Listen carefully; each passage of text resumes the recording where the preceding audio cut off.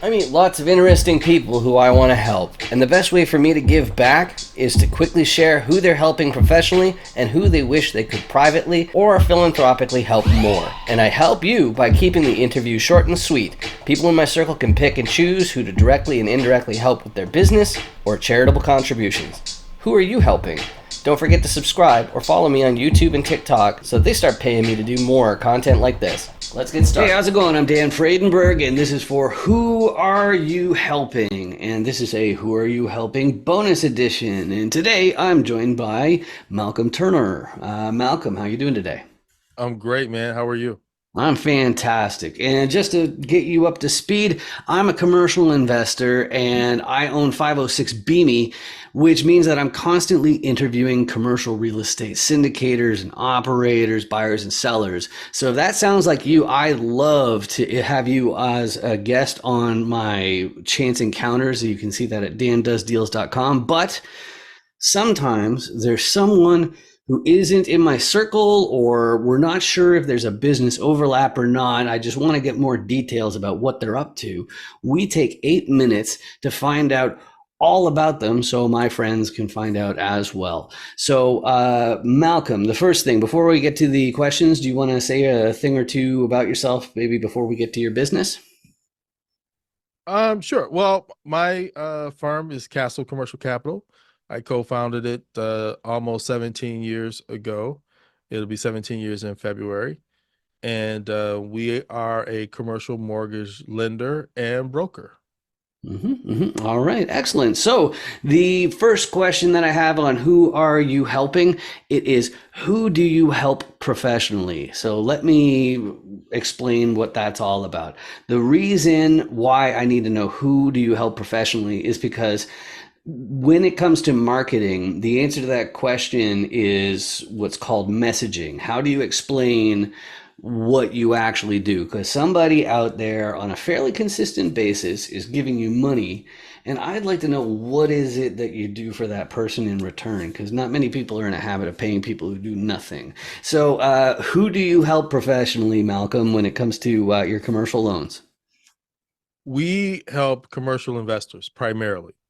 We do work a little bit with business owners who may be buying their own building. Um, but that's probably, honestly, like less than 10% of our business. More than 90% of it is commercial investors, whether they're buying multifamily property, retail shopping centers, office, warehouse, that they then in turn are leasing out to business owners.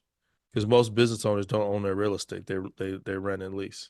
Yep, that's a great point. That's a great point. So my next question then is, who do you wish you could help more? Now, the answer to this question, it can be privately, maybe it's on a volunteer basis, maybe it's philanthropic, maybe it's artistic, but everybody has somebody who they wish they could help more. Maybe it's family, maybe it's otherwise, but who is it for you, Malcolm? I would say it's the new investor, Hmm. and we try to, excuse me, we try to provide educational videos like on YouTube and things like that to help new investors get started because the way to wealth is through equity. I'm a huge, if I had a word of the decade, right, it would be equity, equity, equity. Even Hmm. when I'm talking to my kids or my nieces and nephews, like over the holidays, you know, it's about at some point you realize that the what I call the okey doke of falling for a title on a business card and you're working 60 hours a week or 80 hours a week. My last corporate job, um, I was in management. Literally the last week that I worked as an employee, I worked like 79 hours, Hmm. Hmm. you know, and okay, I got no equity though. I got a title. Now they're paying me well, okay, but I got no equity. So the greater value that I'm creating, I'm not participating in. And so, whether it be through investments or even in your own business, it's about getting equity and getting off that employee, gerbil wheel, you hmm know. Yeah, I love that answer, and I guess the way that it popped into my head is that the equity multiple will always outpace your salary. It will always, always, always, like even if you are having like, meteoric, well, it shouldn't be meteoric success. It should be like more like a rocket ship because it's supposed to go up, Right, right? So right. like rocket ship like success is still not going to outpace an equity multiple. And that's why you see so many real estate people that if they've been in the game for long enough, it's a foregone conclusion that they're in really good shape. And also that they'll be able to weather the issues that people have had in 2023, and I think are going to come to a head in 2024. But I'm not a financial advisor. I don't play one on TV. I'm not an attorney. I think I have a driver's license, but that's the thing for me. So I'm great. optimistic. Yeah. I'll throw my hat in that ring. Excellent. I'm optimistic. The fundamentals of the economy is strong, Mm-hmm. and we got a demand problem, or not a, excuse me, we have a supply problem, Mm-hmm. on the real estate side. Mm-hmm. Businesses are making money. So, I personally, I invest in single tenant net lease properties, Mm-hmm. you know, and we don't have a problem finding tenants to take our deals, take Mm-hmm. our space. I love it. So, I love it. it's and obviously in that space you're dealing with, billion-dollar companies, but why are they opening up brand new locations across the country? Because the demand is there. The problem everyone has right now, bar none, is labor. Mm-hmm. If they have more good people, they can make more money. And Mm-hmm. I'm sure you see that. You go out to a restaurant, and I've done that. I've gone to a really nice restaurant lately, and they don't have enough staff. The restaurant is half full, and there's people waiting in the lobby, because they don't have enough waiters or waitresses. Mm-hmm. You Mm-hmm. know, if they had more staff, they could fill the rest of those tables, but they don't have staff to work all the tables they can physically get in the building. So, that's the challenge right now, is it. And so with everyone hiring, everyone making money, I'm hiring, Mm-hmm. right? I wish I had 4 more good guys or Mm-hmm. gals that I could have working for me tomorrow, you know. Well, on that subject, that goes right into the next question, which is how can people help you? So I don't know if you want to stick to the employees, the potential positions that you'd be hiring for, or if there's something else. But pretend that you rubbed the magic lamp, or Christmas is over, but I don't know, wherever Santa is, maybe you're giving your Right. Christmas list. How can people help you? Well, look, I need loan officers. Mm-hmm. Number one, I need loan officers. And then I've got some like internal processors, like some other, office staff that I need just to, sit there at a computer and just grind, Mm-hmm. you know, and just get the work out. Mm-hmm. But then also, I like working with investors. And Mm-hmm. so, we have as much as we can handle. Some guy called me the other day and said, "Hey, are you taking on new clients?" And I was like, "Yeah, of course we are." And he's like, "Okay, we're a marketing company and da da da." I was like, "Dude, my marketing is on point. My marketing is ridiculous right now. Like, 'cause Mm-hmm. I cannot hire, I can't turn on the fire hose Right. faster than it is right now. I need more people to get the stuff out." Right. So, but see, my thing is I'm looking for, as investors, to help and serve. Mm-hmm. I'm looking for repeat investors. They know what they want. They got clear goals and objectives, and they'll do as many deals as they can source, Mm-hmm. right? Because we got plenty of capital. Capital is not the problem in this market. You Mm-hmm. know, it's deals. Mm-hmm. Deals is the bigger challenge. So, and so we're looking for thoroughbreds that just want to run. Like a regular horse, you got to get on that horse. Yeah, come on. You Mm-hmm. know, a thoroughbred will run all day, jockey or no, right? How many times have we seen, Dan, a jockey fall off and the horse finishes the race without him, right? Because he's like, hey, there's other horses are running. He's like, I'll see you, Mr. Jockey, later on. I'm going to finish this race The because show I got to must beat go these other on, right? horses. Yeah, yeah, yeah. Yeah. I love that. I love that. But if And I'm people want looking for to, investors that just want to run, man, to find as many deals they can do that they can find because you build relationships and it becomes easy. You know what they're looking for, they know what the requirements are, and it just gets easier. You go faster.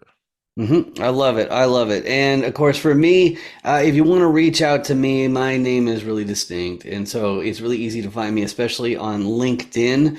Funnelfixing.com is for any online funnels that has to do with my CRM agency for mass marketing, including all the email stuff, but it's the IT side of all of that. Malcolm, if people want to reach out to you, I know that you're active on LinkedIn. I'm not sure if that's the best way, the best platform to reach out, or if email or phone or whatever else is better. How should people reach out to you? People can reach out to me by email, Malcolm, Malcolm, at castlecommercialcapital.com. They can reach us through our website, which is castlecommercialcapital.com. They can find my book, Financing the Unbankable Deal, on Amazon. They can also find it at financingtheunbankabledeal.com. You know, we have a YouTube channel. Just search Castle Commercial Capital. As Coach Prime Deion Sanders likes to say, I ain't hard to find.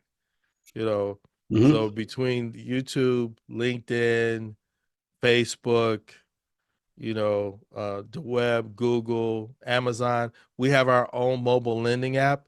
If they Mm-hmm. search Castle Commercial Capital on the Apple App Store or the Google Play Store, they'll find our mobile lending app and they'll find us. Mm-hmm, mm-hmm, mm-hmm. Excellent, excellent. And then, so that is just so we can recap. That is who Malcolm helps professionally. That's who he wishes he could help more. That's how people like you can help him and how you can reach out. But Malcolm, my last question for you is: did you know that if the people in the audience click on the subscribe button down there, that helps me? I did know that. There, so it's a I really good did idea, know that. right? It costs nothing. It just means my videos might show up on your list of suggestions. But hopefully, some of them are bonus editions of Who Are You Helping, like this episode right here. So, you mentioned your book. I want to get into a little bit more detail about that as well. And one thing that concerned me greatly when I got into podcasting originally, and I got into podcasting before I got into commercial real estate specifically, and those sorts of activities of what I'm generally known for. But the companion book I wrote is the Attention to Detail Handbook. It's called Figure It Out. It's also available on Amazon.com, and it's all about how, quite frankly, attention to detail is difficult to hire for. And so I figured I would do what I can to explain to people, how do you develop it? You need to get somewhere near there, especially if you're going to do programming like I have to do on a regular basis. If there's a syntax error or something like that, the thing breaks. It doesn't just look ugly. But Malcolm, as you already mentioned your book, mention the title again, please, because people might want to. Financing the Unbankable Deal. How to buy Awesome. commercial real estate with the bridge loan investor success strategy. Excellent, excellent. So I have two questions for you on that regard. The first one is it has to do with follow through. Really, it's a potential borrower. When you first meet them, I know that some people, they come fresh from their coach or mentorship or who knows what, and like they may have been recommending techniques that you're not even supposed to do. Like you see courses on wholesaling, and wholesaling, there are some places where that's not okay, like bird dogging, different activities like that. So what can a potential borrower do to show that they have the follow through to make it happen? And that goes all the way from experienced syndicator operator all the way to they just maybe they did their first month of mentorship or something like that. Well, I think, and I'm a person that believes in systems. You know, what is your methodology for following up? What is your methodology for staying on track? you know I have systems, whether it's I just changed to a new phone system that gives us way more functionality than what we had before, so that we can be more effective, not just taking calls, but queuing up calls, you know integrating our CRM and text messaging, and all of that kind of stuff. But then how does that also flow through to our workflow? When someone brings in a deal, all the points that we touch someone, as an investor, you want to do the same thing. Who's your customer? Who's your customer? What method do you have in place to market, to build? If I'm doing a multifamily, I should have a consistent flow of tenants, prospective tenants. If I get a 50 unit and I graduate up to a 100 unit, I should already have a bank of applications of folks looking for a place to live that I can't fit into the place that I have. They go, I know guys, they do that with self storage. They'll get a self storage. It may not be the greatest facility, but it's on an awesome corner. And even though it's not the most profitable of their 5 locations or 8, 10 locations, it's the most visible. So they keep it because it's always full, because it only has maybe, let's say, 50 or 100 spots, but it constantly brings in new business, and they use those applications to funnel clients to the other more less visible locations to keep those places full. And then when they all fill up, oh, time us to get another one, because they've got lead flow, Mm-hmm. right? Mm-hmm. And so what systems do you have in place to manage that business? Mm-hmm. From the very beginning of marketing all the way through to keeping your clients. Like, how do you stay in touch with them? Like, we have newsletters, through our app. We do updates right to their phone. Like, what is your methodology for touching these people that are integral to your growth and your future? I love that. I love that, especially because one of the main things that I help people with is their CRMs, and that's saving Mm-hmm. all of this data that you have about all your people. Because in this day and age, the level of competition is so large that it is beyond even the exceptional memory to be able to recall absolutely every single detail of every single person you meet. And that's important for Right. 506B deals. And 506B me is the thing that a lot of people know me for. You can find that out if you're on the commercial real estate interviews I do on dandoesdeals.com. Maybe I'll try to covertly switch hats in a minute to make that happen. But my last question for you, Malcolm, is what can a potential borrower do to make sure that they look so confident that they make rookie mistakes? So what I'm talking about, see, like, of course, earlier when we were thinking, what can we do as a bonus edition question, kind of gets into financing the unbankable deal. It's you get two different types of people. You'll get some people fresh out of their mentorship or guru program, and they're obviously green. Right. Okay, and so that's one thing, and I do believe that transparency is absolutely vital. Like, I think you should be upfront and say, "Hey, look, I don't know what I'm doing. Okay, can Mm-hmm. you please, like, walk me through this a little bit more?" And I really appreciate any extra effort you put in, right?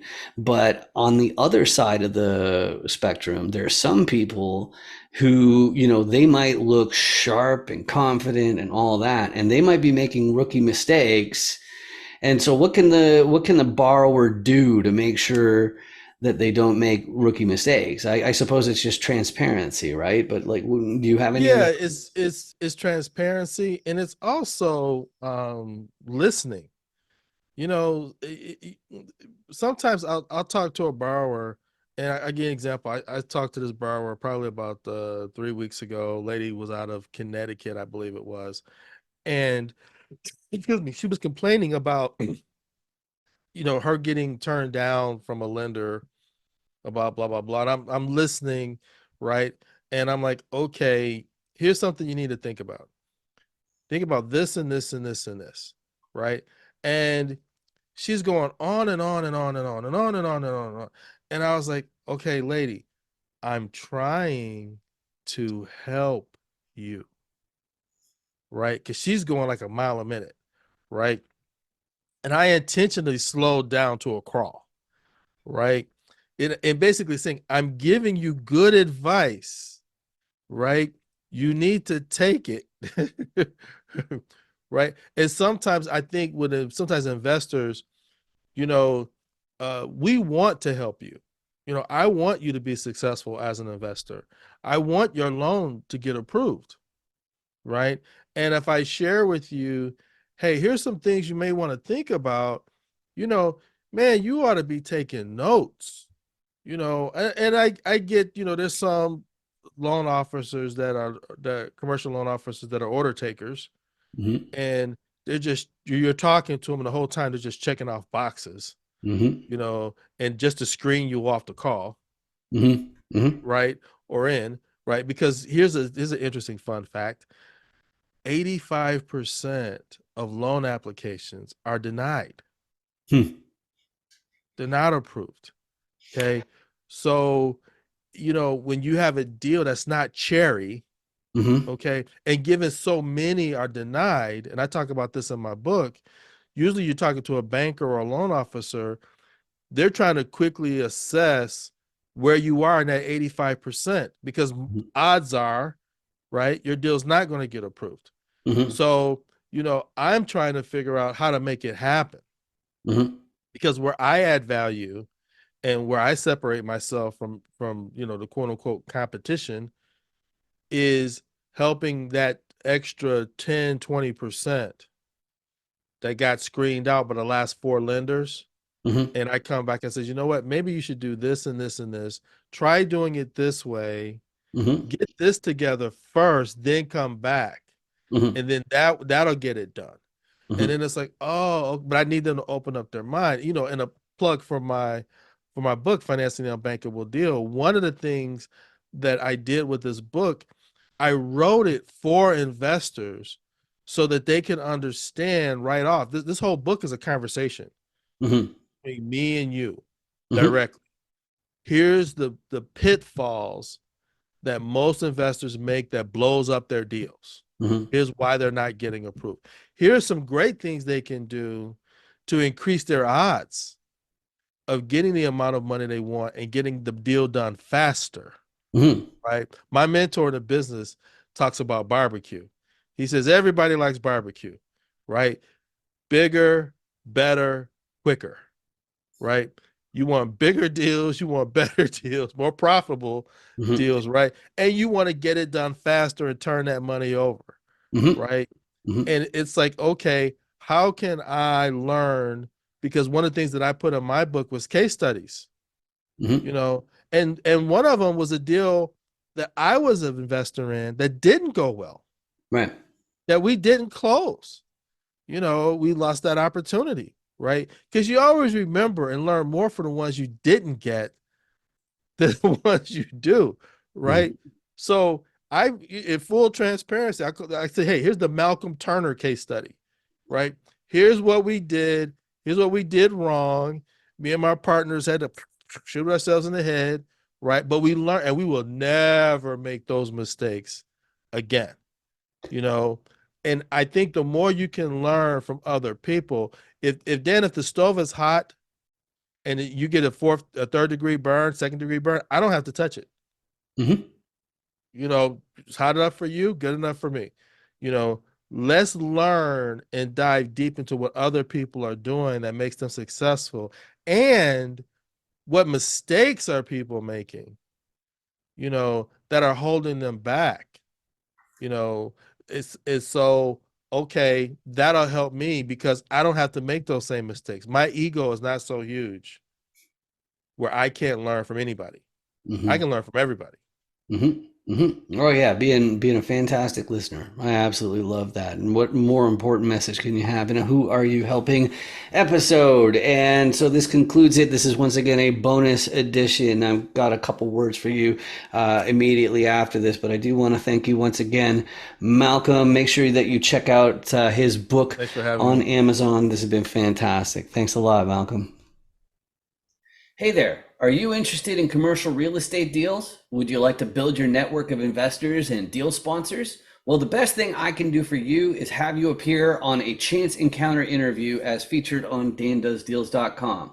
You may know me from 506BME or as a top commercial real estate voice on LinkedIn. And if I had to think of the top factors in your success in commercial real estate, my top two would be your network and your ability to effectively explain how deals work with effective communication. The 15-minute chance encounter format, it checks both of those boxes, and they ensure that you can share your private deals with me without the SEC calling it a public solicitation. So hop onto LinkedIn. You can see my name is over here, Dan Friedenberg, and search for my name. And the best way to reach me and book that is to message me through LinkedIn. And don't worry, it doesn't matter if you decided to enter this space just last week or 2 weeks ago, or if it was decades ago.